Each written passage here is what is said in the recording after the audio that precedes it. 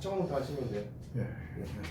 안녕하십니까. 실에서는 세무사 이종욱 세무사입니다. 오늘은 비사업용 토지에 대해서 설명하겠습니다. 비사업용 토지는 양도소득세 납부할 때 중과세 되는 내용이어서 매우 중요합니다. 기존 일반 세율에 10% 세율이 추가되는 것입니다. 세율에 10% 추가된다는 말은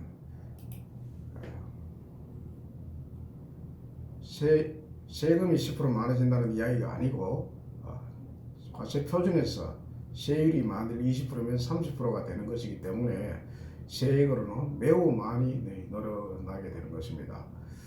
비사업용 토지가 되면은 양도시에 양도소득세 중과세율 플러스 10%를 적용하게 됩니다. 주요 내용을 보면은 농지를 소유하고 농사를 짓지 않은 경우, 나대지를 소유하고 있다가 양도하는 경우, 임야를 소유하고 임야 소재지에 거주하지 않는 경우, 별장의 부속토지, 주택 정착 면적이 5배수를 초과하는 경우, 이런 때에는 비사업용 토지로 봐서 중과세를 합니다. 그 취지를 보면은 농지는 농사를 짓기 위해서 소유하고 있어야 하는데 농사를 짓지 아니하고 가지고 소유만 하고 있으면은 일단 투기 혐의가 있다고 보고 중과세를 하는 겁니다. 나대지의 경우에는 나대지가 아무 목적 없이 서게 되면은 지방세법상 구청이나 시청에서 재산세 과세할 때 종합합산하게 됩니다. 이때는 일단 비사업용이 된다고 봐야 합니다. 나대지가 비사업용인지 아닌지 조금 애매한 경우에는 재산세가 종합과세가 되어 있는지 분리과세가 되어 있는지 이런 것을 먼저 확인하는 것이 필요합니다. 지방세법상 종합합산과세라 해서 무조건 다가 비사업용 토지가 아니니까 일단 종합과세에 되지 않는지 여부가 먼저 확인되어야 할 것입니다. 임야를 소유하고 임야 소재지 거주하지 않은 경우에는 임야는 농사를 짓는 농지가 아니기 때문에 비사업용 토지를 판단하기 위해서는 그 임야 소유지에 거주하고 있는지 아닌지만 확인하게 되어 있습니다. 우리가 일반 8년 자격 농지 감면할 때 임야 소재지 거주 또는 연접지역 그 기준에 따라가는 것입니다. 별장의 경우에도 사치용 부동산이라고 봐서 별장에 딸린 부속 토지는 비사업용 토지로 보게 되어 있습니다. 1세대 1주택 우리가 따질 때 주택 정착 면적이 5배를 초과하는 경우 도시계획구역이 아니면 10배까지입니다. 이 넘어가는 것 부분은 지나치게 많은 토지를 가지고 있다 하여서 나대지와 같이 보게 되는 것입니다. 우리 생각하고는 달리 비사업용이 아닌 경우가 매우 많습니다. 첫 번째 이것을 구별하는 차트를 보면은 양도소득세 과세 여부 일단 볼 수 있습니다.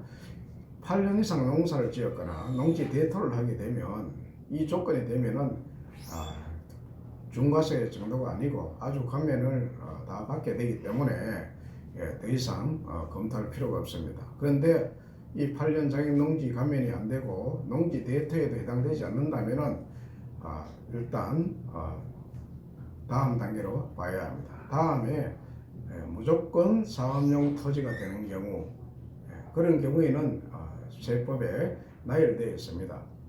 그 리스트 안에 들어가는 것은 사업용 토지로 넘어가고 그 리스트에 없는 것은 다시 대상 토지 기준, 기간 기준을 한번 보아야 합니다.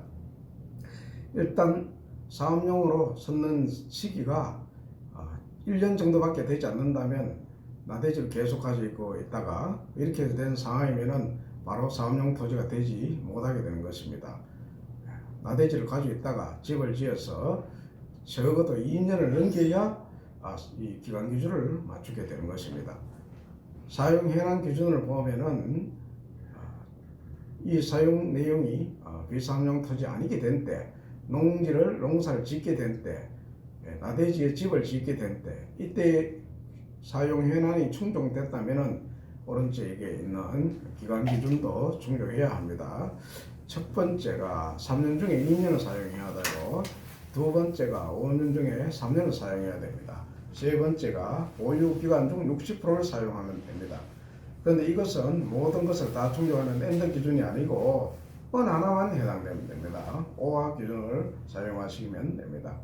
일반적으로 3년 중에 2년이 가장 많이 활용될 수 있을 것입니다.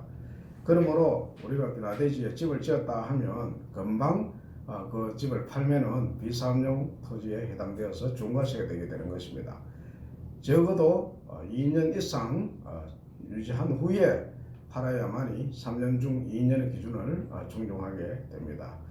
대상 토지가 사용 현황, 토지 소재 지역, 토지 사용 면적 이런 것을 다 갖추었을 때 오른쪽에 이 기준도 해당되는지를 한번 보셔야 됩니다. 이 기준이 해당되면은 사업용 토지에 해당되어서 10% 추가되는 중과세를 받지 않아도 되는 것입니다. 비사업용으로 보지 않는 경우, 세법에 나열된 경우 대표적인 경우들을 좀 찾아서 적어놨습니다. 주말농장 세대당 1000제곱미터 이내, 평수로는 한 300평 정도 이내이죠. 이런 경우에는 농사를 짓건 안 짓건 이유를 따지지 아니하고 비사업용으로 보지 않는다고 세법에 명시되어 있습니다. 그 다음에 상속받은 농지, 인농농지로서 상속, 인농일로부터 5년 이내 양도하는 토지, 이런 경우에는 5년 이내 양도하는 단서를 쳐야만 비사업용으로 보지 않습니다. 그런데 상속받은 토지 이것을 볼 때 좀 애매한 부분이 있을 수 있습니다. 상속도 농사를 짓던 농지인지 8년 이상 농사를 지었느냐, 안 짓고 있는 토지를 그냥 받았느냐, 이에 따라서 좀 달라집니다. 이 사례의 경우에는 8년 이상 제촌 작용하는 조건을 못 갖추었을 때 5년 이내 양도하는 토지입니다. 그 다음에 종중이 소유한 농지입니다. 우리나라에서는 개인이 농사를 지을 수 없기 때문에 종중 소유 농지도 개인의 이름으로 신탁이 되어 있는 경우가 많이 있습니다. 이때는 이 종중 소유 농지가 농사를 지었는지 여부를 따지지 아니하고 비사업용으로 보지 않습니다. 임야도 그 지역에 거주하지 않았다 하더라도 영린 계획인가를 받아 사업 중이면은 비사업용으로 보지 않습니다. 특이하게 우리가 잘 모르고 넘어갈 수 있는 경우가 무주택 1세대가 소유하는 200평 이내의 토지입니다. 소유기간 계속 무주택이어야 합니다. 대체 토지를 가지고 있는 동안에 집이 있었으면 안 된다는 거죠. 즉 다시 말하면 집이 없는 사람이 집을 하나 짓기 위해서 토지를 하나 구입했다가 사정이 여의치 않아서 나대지 상태로 팔게 된 경우를 말하는 것입니다. 이때는 나대지다 하더라도 비사업용 중과세를 하지 않습니다. 8년 이상 제촌 작용한 농지를 직계존속으로부터 상속받은 또는 증여받은 경우 이렇게 되어 있습니다. 그거는 이전에 말했는 상속받은 농지 5년 이내 양도하고는 조금 차이가 있습니다. 8년 이상 제촌 작용한 농지라면 직계존속이 돌아가시기 전에 8년 이상 제촌 작용한 농지는 감면에 해당되는 농지인데, 이런 조건을 갖춰가 있는 농지를 상속받았을 경우에는 5년이면 기간의 제한을 받지 아니하고 감면은 되지 않지만은 비사업용으로는 보지 않는다는 것입니다. 특이하게 증여를 받을 경우에는 증여자의 제촌 작용 농지를 잘 인정하지 않는데 8년 작용한 면에서는 이때는 그때의 경우에도 비사업용으로 안 보는 것으로 되어 있습니다. 그리고 공익사업용 토지, 우리가 흔히 말하는 수용 토지입니다. 이럴 경우에는 그 농지는 중과세가 되지 않습니다. 그런데 주의할 것은 사업 인정 고시가 이미 되어 있는 상태에서 이 땅을 사면은 해당되지 않습니다. 그러니까 이 땅을 살고 나서 2년 이내 사업인연고시가 된다면은 이 중과세를 피할 수 없다는 것입니다. 토지의 경우 사업용 요건을 충족한 기간도 전부 모두 고려해야 합니다. 나대지가 건물에 있어서 나대지가 아닌 경우가 되었을 때 바로 팔면은 중과세가 됩니다. 적어도 3년 중에 2년, 5년 중에 3년, 또 보유기간을 통틀어서 60%를 건물이 나대지가 아니게 된 상태로 되어 있어야 한다는 것입니다. 요건도 다 됐다 하더라도 이 충족 기간이 안 되면 안 되는 것입니다.